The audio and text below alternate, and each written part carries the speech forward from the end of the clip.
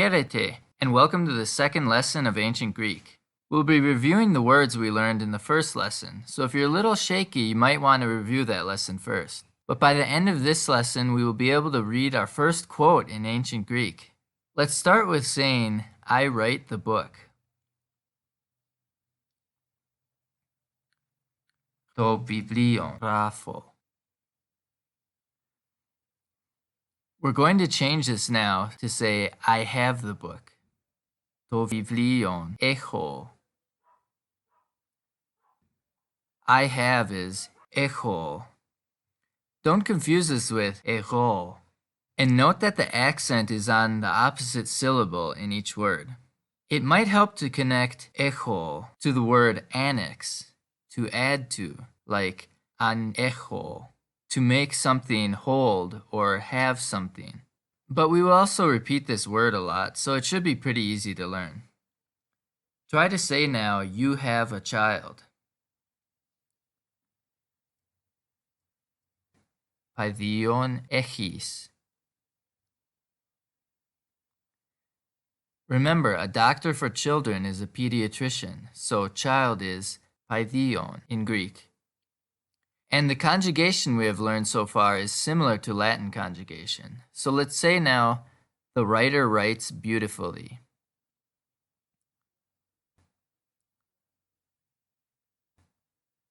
O bibliographos kalos graphi.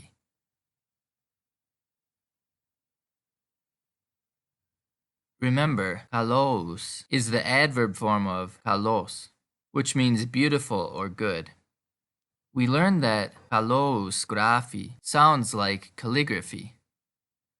Let's move on to some new words now.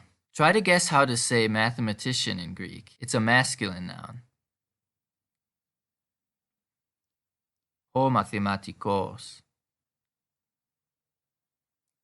A+ if you remembered the ho. And since one could argue that all of knowledge stems from mathematics, a student is a mathetes. Mathetes. This is actually a first declension noun, but masculine. There are a few different endings for first declension nouns besides just an a, as we'll see over time. But don't worry too much about them right now. Try to say now, you are the student. Can you remember the word for you are?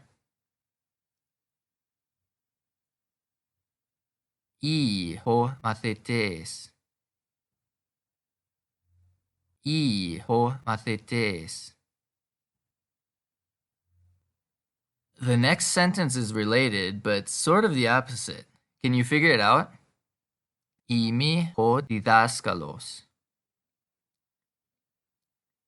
Imi ho didaskalos. I am the teacher. An autodidact is someone who teaches themselves. Additionally, something didactic is something instructive. And instead of sum, Greek has the word imi, which conveniently contains the word me. Let's say now, I am, you are, and he, she, it is.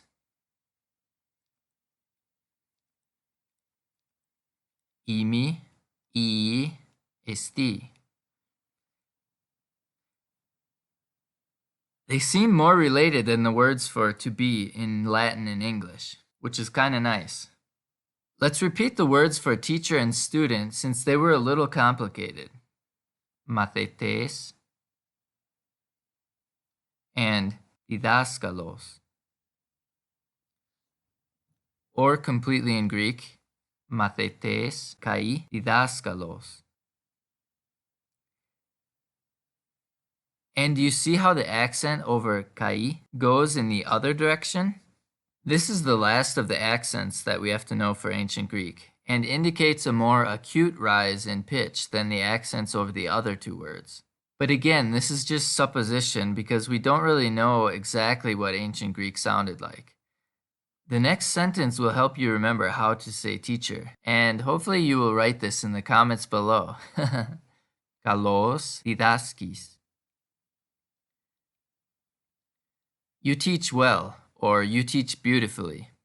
Did you notice that didaskalos contains the word kalos? If we remove most of this, then we have the stem form of the verb, didasko. And here's how we negate a verb. U didaski. U didaski. It does not teach, or more poetically, does not make one wise. This will be in the quote, so take note of it. And another word we will need is pola biblia echi. Pola biblia echi. First, using your knowledge of Latin, what do you think that biblia means? It's the plural form of biblion. Neutral nouns in ancient Greek follow the same pattern as Latin. The nominative and accusative plural both end in a. And now, can you guess what pola means? You have probably heard the words polygamy and polytheistic and can figure out that this sentence means he or she has many books. Now, can you guess what the following word means? Polymathes. Polymathes. Note that the end of the word is not mathetes, it's mathes. This means literally much learning.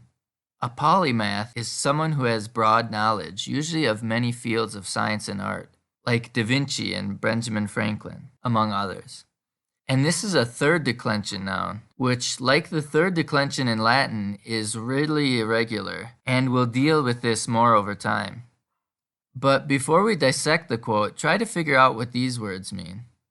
Proton mathema. Proton mathema. What's a prototype? It's the first model. So this is a first learning. In other words, the first lesson. And for the quote, we will see the word nous, which is contained in the word paranoia and means mind. Paranoid literally means beyond plus mind plus medical condition. So what does this mean? Polymathei non echin ou didaski. Polymathei non echin ou didaski.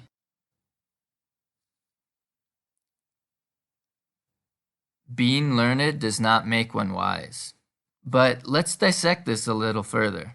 Some words like echi add a nu at the end, when they are at the end of a sentence or when the next word begins with a vowel, like the word a in English, which becomes an, according to the same rule.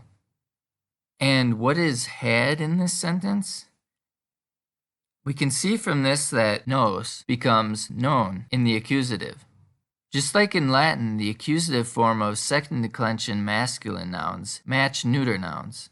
This means that polymathei is also an accusative form, because adjectives have to match the noun they are modifying.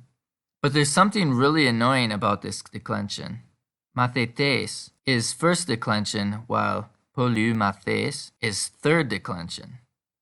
But don't worry about these declensions for now. Just be aware that there's some fun on the road ahead. Okay, in the next lesson, we'll tackle some more of these wise quotes from the Greeks. So see you then. If you'd like to support the channel, there's a link to Patreon in the description box, or you can hit the join button below to become a member on YouTube. Thanks.